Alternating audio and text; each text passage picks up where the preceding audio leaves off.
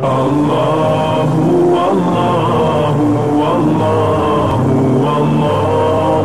الله والله والله والله۔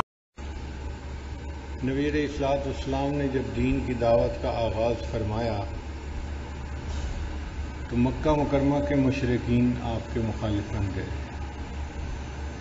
جو رشتہ دار تھے وہ دشمن ہو گئے،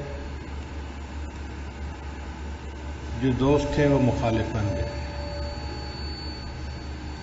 اور وہ طرح طرح سے نبی علیہ السلام کو ایذا پہنچانے کی کوششیں کرتے رہتے تھے۔ جب یہ سلسلہ کچھ لمبا چلا تو مشرکین نے سوچا کہ ہم کوئی ایسی بات کریں کہ جس سے واضح ہو جائے کہ یہ اللہ کے رسول نہیں ہے، اور اس کے لیے انہوں نے یہودیوں سے مدد مانگی۔ چنانچہ مکہ کے مشرکین نے نضر بن حارث اور ایک اور مشرک کو مکہ مکرمہ سے مدینہ طیبہ بھیجا کہ آپ لوگ ہمیں ہیلپ کریں کہ ہم ان سے کون سا سوال پوچھیں کہ یہ لاجواب ہو کر کہہ دیں کہ میں اللہ کا رسول نہیں ہوں۔ یہودی چونکہ علماء تھے اور ان کے پاس کتاب کا علم تھا، انہوں نے بڑے غور خوض کے بعد ان کو 3 سوال بتائے۔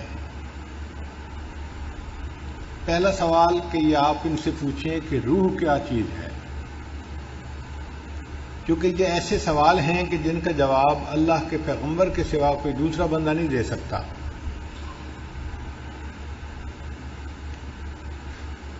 دوسرا سوال انہوں نے پوچھا کہ وہ کون سے نوجوان تھے جنہوں نے غار میں پناہ لی، ان کا واقعہ کیا ہے، اس کی تفصیلات کیا ہیں۔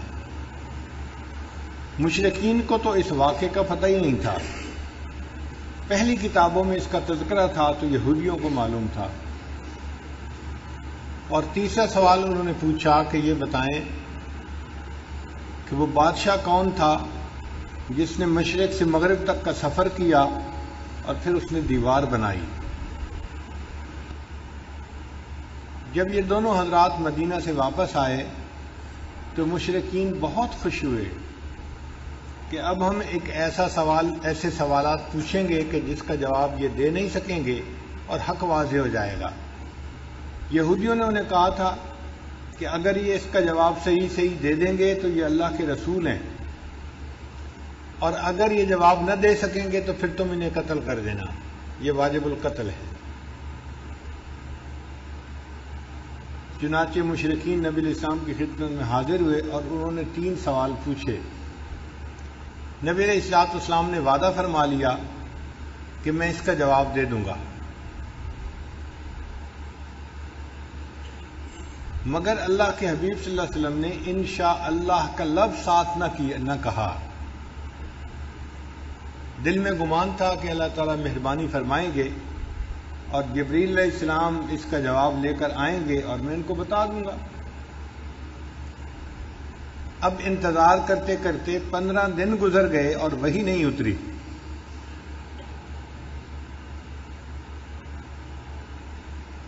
مشرکین مکہ تو مذاق اڑانے میں لگے ہوئے تھے، اور اللہ کے پیارے حبیب صلی اللہ علیہ وسلم کے دل پہ جو بیت رہی تھی وہ نبی علیہ السلام ہی جانتے ہیں۔ 15 دن کے بعد پھر اللہ رب العزت نے سورہ کہف کو نازل فرمایا۔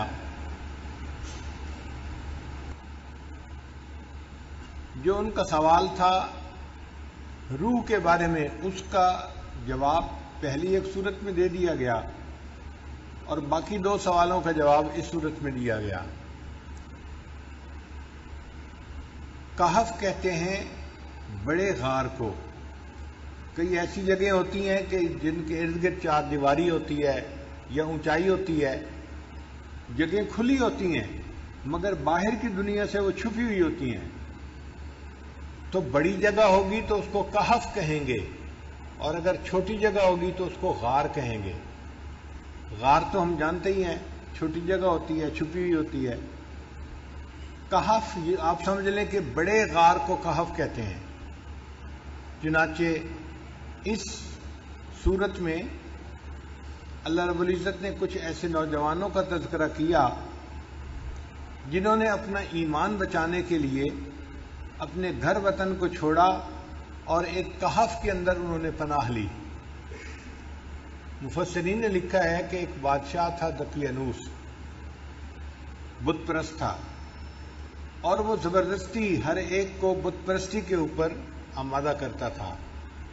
جو نہیں کرتا تھا اس کو سزا دیتا تھا، قید کرتا تھا، سزا دلواتا تھا.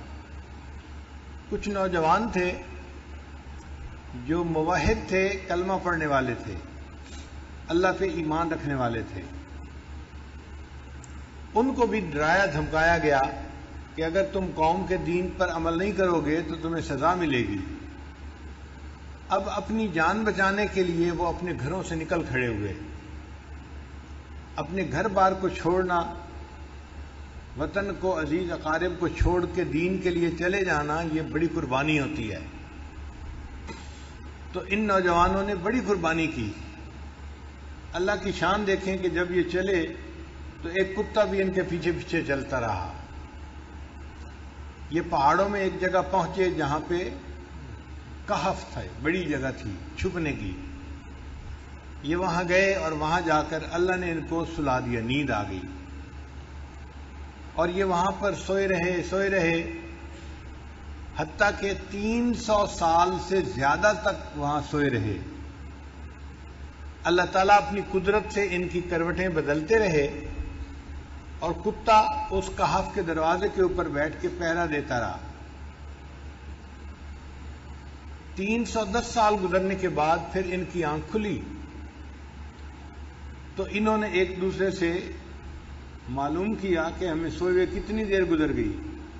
انہیں یوں لگ رہا تھا کہ ایک دن گزرا ہے یا دن کا کچھ حصہ گزرا ہے، لیکن یہ نہیں جانتے تھے کہ 300 سال گزر گئے ہیں.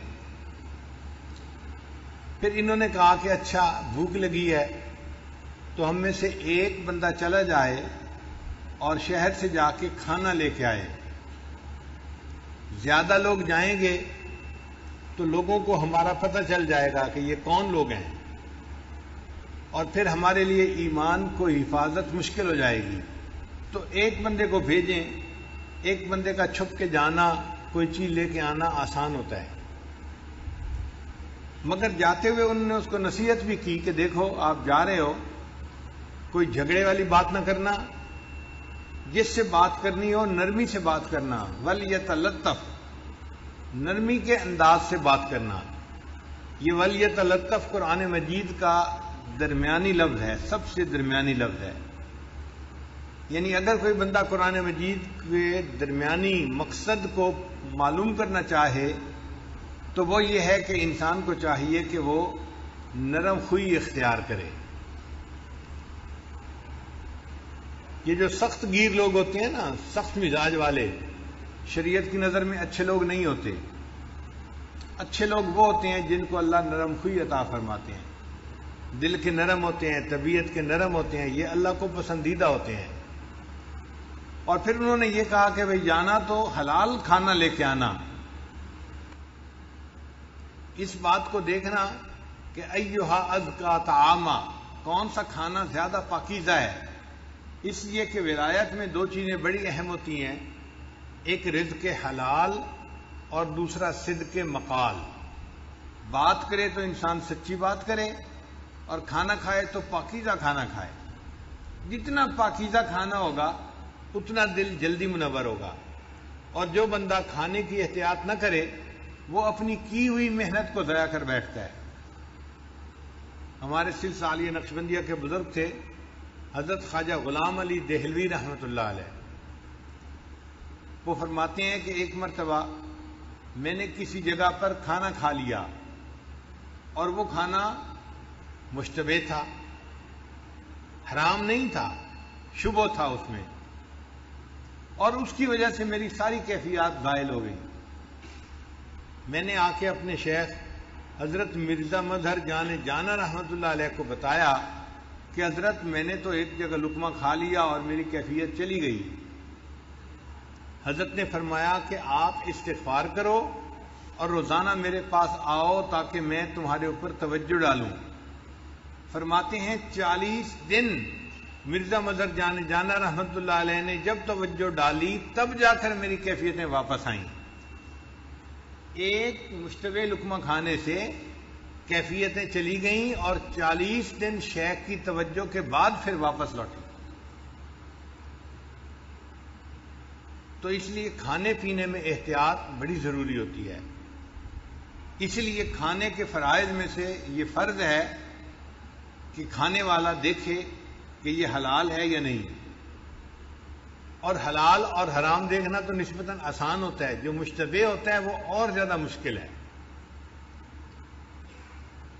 ہمارے حضرت مرشد عالم رحمۃ اللہ علیہ کے بڑے صاحبزادے حضرت مولانا عبد الرحمن قاسمی رحمۃ اللہ علیہ واقعہ سنانے لگے کہ ایک مرتبہ حضرت مرشد عالم رحمۃ اللہ علیہ بیرون ملک کے سفر پر گئے ہوئے تھے اور حضرت خواجہ عبد المالک صدیقی رحمۃ اللہ علیہ وہ اسلام آباد تشریف لائے ہوئے تھے اور واپسی پہ وہ چکوال تشریف لے آئے. تو کہنے لگے کہ میں اب گھر میں تھا تو مجھے ہی سارا انتظام کرنا تھا. میں نے حضرت کو بٹھایا اور اماں جی کو بتایا کہ امی حضرت تشریف لائے ہیں، آپ کھانا بنا دیجئے. اور جب کھانے کا وقت آیا تو میں نے کھانا لے کے دسترخوان کے اوپر لگایا اور حضرت صدیقی رحمۃ اللہ علیہ سے عرض کیا کہ حضرت آپ کھانا کھائیے. حضرت دسترخوان پہ تو بیٹھے رہے لیکن کھانا نہیں کھایا. جب میں نے دوسری تیسری دفعہ کہا کہ حضرت کھانا کھائیں تو حضرت نے میری طرف دیکھ کر مجھ سے کہا کہ تمہارے گھر میں یہ سور کیسے داخل ہوا؟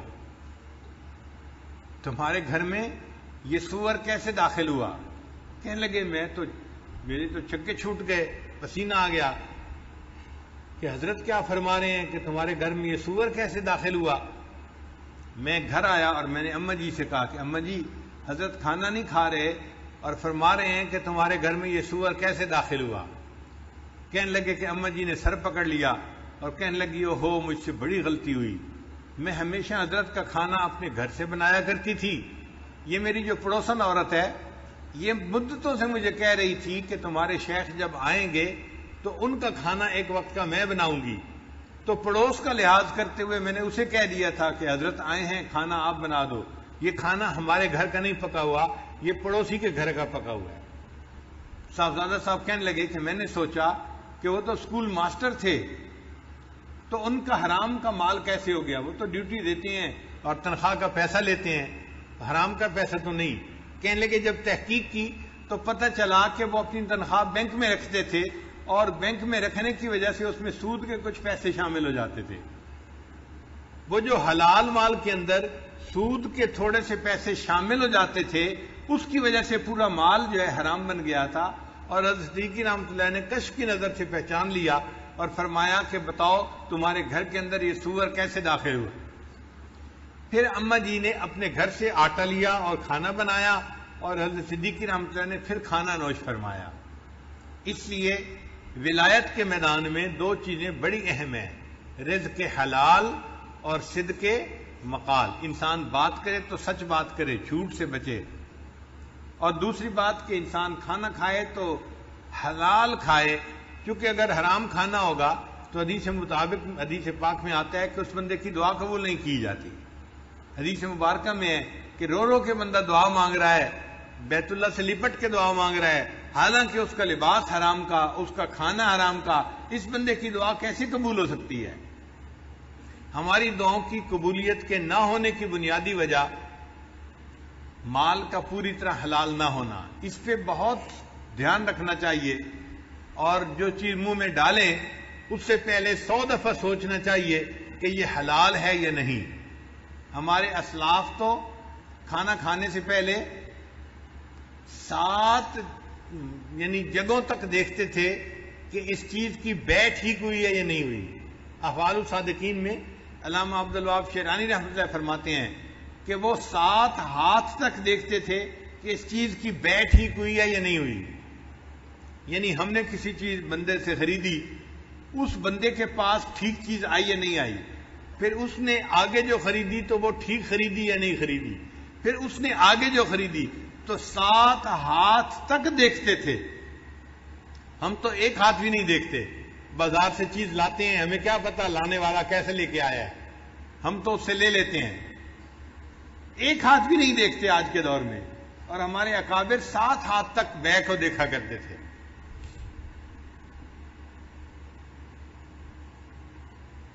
حضرت مرزا مظہر جان جانا رحمۃ اللہ کے پاس ایک بندہ انگور لے کے آیا، حضرت انگور کھا لیجئے، تو حضرت نے انکار فرمایا۔ اس نے پھر کہا حضرت انگور کھا لیجئے، حضرت نے خاموشی اختیار کی۔ اس نے پھر تیسری مرتبہ کہا حضرت انگور کھا لیجئے، میں آپ کے لیے لایا ہوں۔ تو حضرت نے فرمایا یہ انگور میں کیسے کھاؤں، مجھے اس میں سے مردوں کی بو آ رہی ہے، میں انگور کیسے کھاؤں، مجھے اس میں سے مردوں کی بو آ رہی ہے۔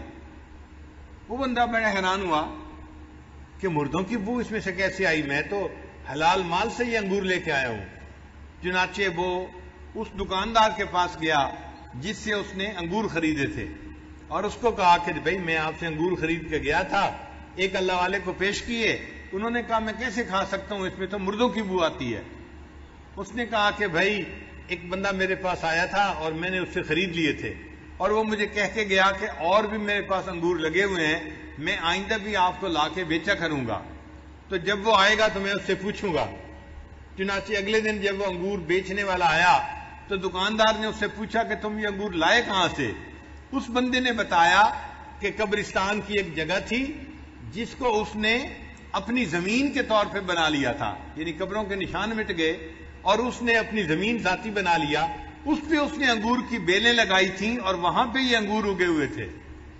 اور اس جگہ کے انگوروں کو دیکھ کے مرزا مظہر جان رحمۃ اللہ نے پہچان لیا کہ اس میں سے مردوں کی بو آ رہی ہے، چونکہ وہ قبرستان کے اندر لگائے گئے تھے۔ تو ہمارے اکابر 7 ہاتھ تک مال کو دیکھا کرتے تھے، اور آج کے سالکین ایک ہاتھ بھی نہیں دیکھتے۔ ہم یہ کہتے ہیں کہ چلو بھائی زیادہ اور تحقیق نہیں کر سکتے نہ کرو، لیکن اتنا تو کہو کہ جہاں سے لے رہے ہیں کم از کم وہ دینے والا بھی تو ٹھیک بندہ ہونا۔ اب حلال مال سے حرام ریسٹورنٹ سے چیز خرید لینا، یہ جو غیر ملکی چیزیں ملتی ہیں، میکڈونلڈ ہے، فلاں ہے، کیا ریسیپی ہے اللہ جانے، ہمیں نہیں پتا اس کے بارے میں، ہم ان کے حلال کی تصدیق نہیں کر سکتے، ہم ان کے حلال ہونے کے بارے میں کچھ نہیں کہہ سکتے۔ اس کا ایک ہی طریقہ ہے کہ انسان ایسی جگہوں سے کھانا کھانا یا کھانے پینے کی چیزیں کھانا بند کر دے۔ اگر نہیں بند کرے گا اپنے مہینوں کی محنت کو منٹوں سیکنڈوں کے اندر ضائع کر بیٹھے گا۔ ایک لقمہ اندر گیا اور دل کی ساری روحانیت باہر نکل گئی۔ اس لیے رزق حلال ولایت کے راستے میں بہت اہمیت رکھتا ہے۔ وہ آدمی جس کے ذمے کھانا لانا لگایا گیا وہ شہر میں گیا تو ایک جگہ اس کو کھانے کی دکان ملی، اس نے کھانا خریدا۔ اب جب پیسے دینے کا وقت آیا تو اس وقت سکے ہوتے تھے، چاندی کے سکے، اس کے پاس جو اپنے وقت کے سکے تھے اس نے نکال کے دیے، تو دکاندار حیران ہو گیا کہ یہ کرنسی تو نہیں ہے یہاں کی، وہ کرنسی تو 300 سال پہلے کی تھی، اور یہ بندہ اب اس کو دے رہا تھا۔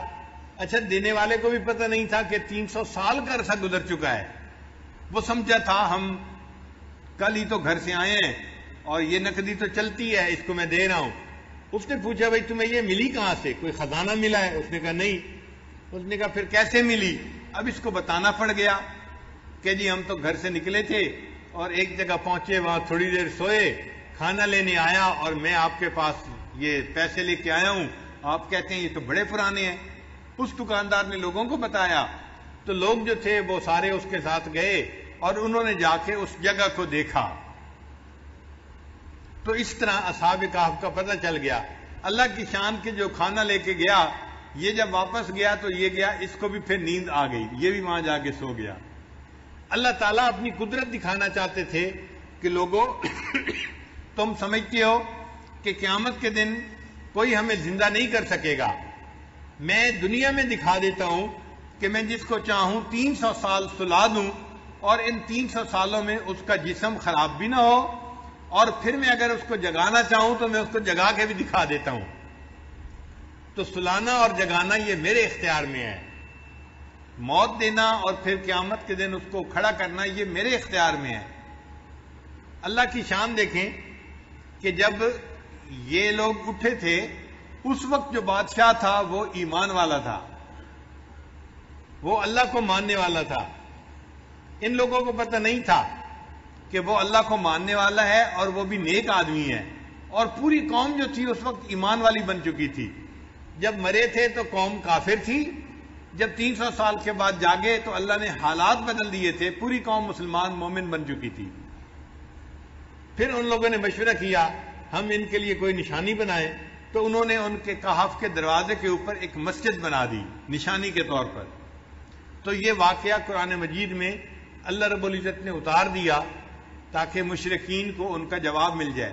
عجیب بات یہ کہ مشرکین کو جواب بھی مل گیا، نہ مشرکین ایمان لائے نہ یہودی ایمان لائے، ایمان کوئی نہیں لایا، اس لیے کہ سوال جو پوچھنے والے ہوتے ہیں وہ ایمان سے محروم ہوتے ہیں، ان کو کوئی کچھ نہیں ملتا۔ تو قرآن مجید میں اس واقعے کی تفصیل جو ہے وہ موجود ہے، تاہم اس سورت کی احادیث کے اندر بڑی فضیلت آئی ہے۔ ذرا آپ اس فضیلت کو بھی سن لیجئے تاکہ پتہ چل جائے کہ سورہ کہف کے کیا فضائل ہیں۔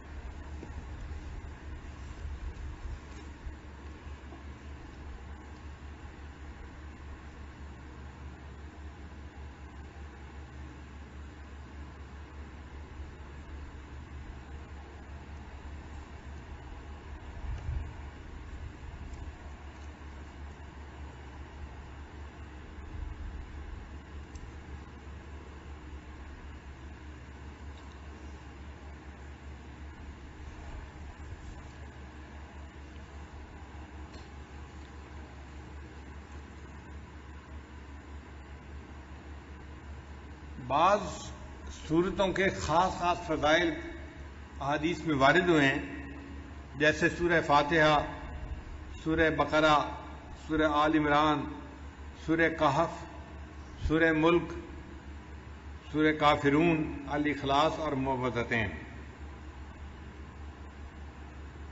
حضرت برار رضی اللہ عنہ روایت کرتے ہیں ایک صحابی تھے جو اپنے گھر میں سورہ کہف کی تلاوت اونچی کر رہے تھے۔ ان کے گھر کا صحن چھوٹا تھا، گھوڑا بھی بندھا ہوا تھا اور چارپائی کے اوپر ان کا بیٹا بھی لیٹا ہوا تھا، سویا ہوا تھا۔ اب ان کا دل چاہتا تھا کہ وہ اونچی تلاوت کریں، جہر سے تلاوت کریں۔ جب وہ جہر سے تلاوت کرتے تو گھوڑا بدکتا تھا اور ان کو ڈر ہوتا یہ گھوڑا کہیں میرے بیٹے کو لات نہ مار دے، تو وہ آہستہ پڑھتے تو گھوڑا بھی پرسکون ہو جاتا۔ پھر طبیعت میں جوش آتا، شوق اٹھتا، پھر دل چاہتا کہ اونچا پڑھیں، پھر گھوڑا بدکنے لگ جاتا۔ یہی ساری رات ہوتا رہا۔ جب صبح کا وقت ہوا انہوں نے دعا کے لیے ہاتھ اٹھائے تو انہوں نے دیکھا کہ کچھ بادل سے ہیں جن کے اندر روشنیاں ہیں، اور یہ روشنیاں ان کے سر سے دور آسمان کی طرف جا رہی ہیں۔ پھر وہ نبی علیہ السلام کی خدمت میں حاضر ہوئے، فذکر ذلک للنبی صلی اللہ علیہ وسلم، انہوں نے نبی علیہ السلام کے سامنے یہ پوری رات کا قصہ بتایا تو نبی علیہ السلام نے فرمایا کہ یہ اللہ تعالیٰ کے فرشتے تھے جو تمہارے قرآن کی تلاوت سننے کے لیے تمہارے قریب آ گئے تھے۔ اگر تم تلاوت کرتے رہتے تو مدینے کے لوگ اپنی آنکھوں سے اللہ کے فرشتوں کو دیکھ لیتے۔ تو سورہ کہف کی تلاوت سننے کے لیے اللہ کے فرشتے آسمانوں سے نیچے اتر پڑے۔ ابو درداء رضی اللہ عنہ روایت کرتے ہیں من حافظ 10 آیات من اول سورۃ الکہف، کہ جس بندے نے سورہ کہف کی پہلی 10 آیات کو یاد کر لیا، اسم من فتنۃ الدجال، اللہ تعالیٰ اس کو دجال کے فتنے سے محفوظ فرما لیں گے۔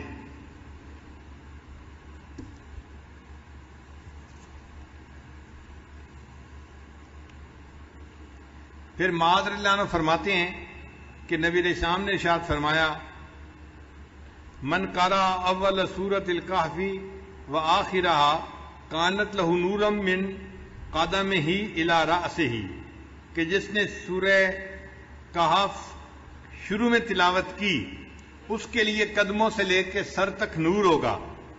ومن قرأها کلها، اور جس نے پوری سورہ کہف کی تلاوت کی، کانت لہ نورا ما بین السماء الی الارض، تو اس کے لیے اللہ تعالیٰ زمین سے لے کے آسمان تک نور پیدا فرما دیں گے۔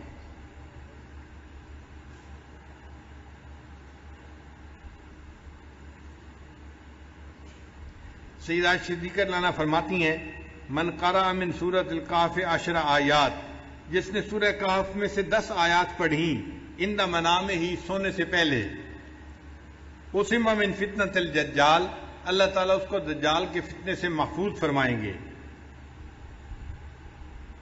ابن عباس لانا فرماتے ہیں کہ نبی علیہ السلام نے ارشاد فرمایا سورۃ الکہف تدعی فی التوراۃ حائل، کہ سورہ کہف کا نام تورات کے اندر حائل تھا۔ حائلہ کیا مطلب؟ حائل ہونے والی، یعنی یہ بندے اور قبر کے عذاب کے درمیان حائل ہونے والی صورت ہے، بندے اور شیطان کے درمیان حائل ہونے والی صورت ہے۔ عبداللہ لانا فرماتے ہیں قال رسول اللہ صلی اللہ علیہ وسلم، کہ نبی علیہ الصلوۃ والسلام نے ارشاد فرمایا البیت الذی تقرأ فیہ سورۃ الکہف، وہ گھر جس کے اندر سورہ کہف کی تلاوت کی جاتی ہے، لا یدخلہ شیطان تلک اللیلہ، اس رات شیطان اس گھر کے اندر داخل نہیں ہو سکتا۔ یعنی جو بندہ رات کو سورہ کہف تلاوت کر لے گا اس گھر کے اندر شیطان رات کو داخل نہیں ہو سکتا۔ آپ اندازہ لگائیے اس سورت کی کتنی عظمت ہے کہ جس گھر میں رات کو پڑھی جائے شیطان رات کو داخل نہیں ہو سکتا، تو بھئی اگر دن میں پڑھی جائے گی تو دن میں بھی داخل نہیں ہو سکے گا، اور جس گھر کے لوگ پڑھیں گے وہ فتنہ دجال سے محفوظ رہیں گے۔ اس سورت کو یاد کرنا اور اس کی کثرت سے تلاوت کرنا یہ بہت فائدے کی بات ہے، اسی لیے جمعہ کے دن اس سورت کا پڑھنا اور بھی زیادہ ثواب کا باعث ہے۔ نبی علیہ السلام نے ارشاد فرمایا کہ سورہ کہف کو جمعہ کے دن تلاوت کیا کرو، تو ہم سورہ کہف کی بھی تلاوت کریں جمعہ کے دن اور اس کو یاد کر کے پڑھنے کی کوشش کریں تاکہ اللہ تعالیٰ ہمیں شیطان سے بھی بچائے اور جو دجال ہے اللہ تعالیٰ اس کے فتنے سے بھی ہمیں محفوظ فرمائے۔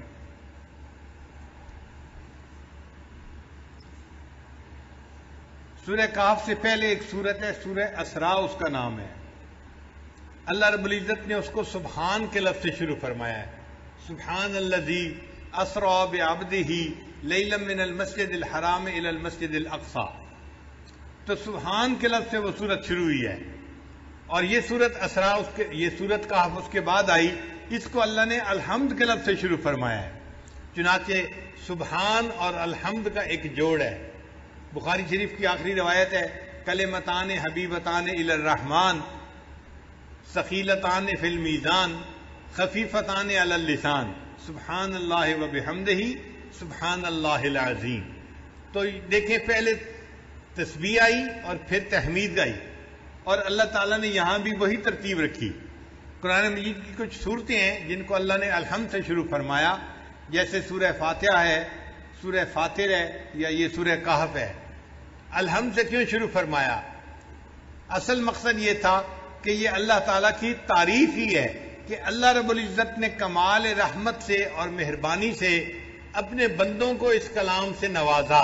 یہ اللہ کی رحمت ہے اور اللہ کی مہربانی ہے، اور مفسرین نے لکھا ہے کہ اللہ تعالیٰ نے الحمد سے اس لیے سورت کو شروع فرمایا کہ اللہ جانتے تھے کہ بندے میرے حمد کا حق ادا کر ہی نہیں سکتے، اس لیے مجھے اپنی حمد خود بیان فرمانی ہے۔ اللہ نے اپنی حمد خود بیان فرمائی۔ امام ربانی حضرت مجدد ثانی رحمۃ اللہ نے لکھا ہے کہ اگر بندہ اللہ کی حمد بیان کرنے کے لیے ایڑی چوٹی کا زور لگا دے تو بھی وہ اللہ کی حمد کو بیان نہیں کر سکتا، چونکہ اللہ تعالیٰ اتنے عظیم ہے کہ انسان اس کی عظمت کے مطابق اس کی تعریف کر ہی نہیں سکتا۔ ہم اللہ کی کیا تعریف کریں گے؟ انبیاء کے سردار، انبیاء کے امام حضرت محمد مصطفیٰ احمد مجتبیٰ حضرت محمد مصطفیٰ صلی اللہ علیہ وسلم انہوں نے فرما دیا اللہم لا احصی ثناء علیک، اے اللہ میں آپ کی تعریفوں کا احاطہ نہیں کر سکتا، انت کما اثنیت علی نفسک، آپ ایسے ہیں جیسے آپ نے اپنی تعریفیں خود بیان فرمائی ہیں۔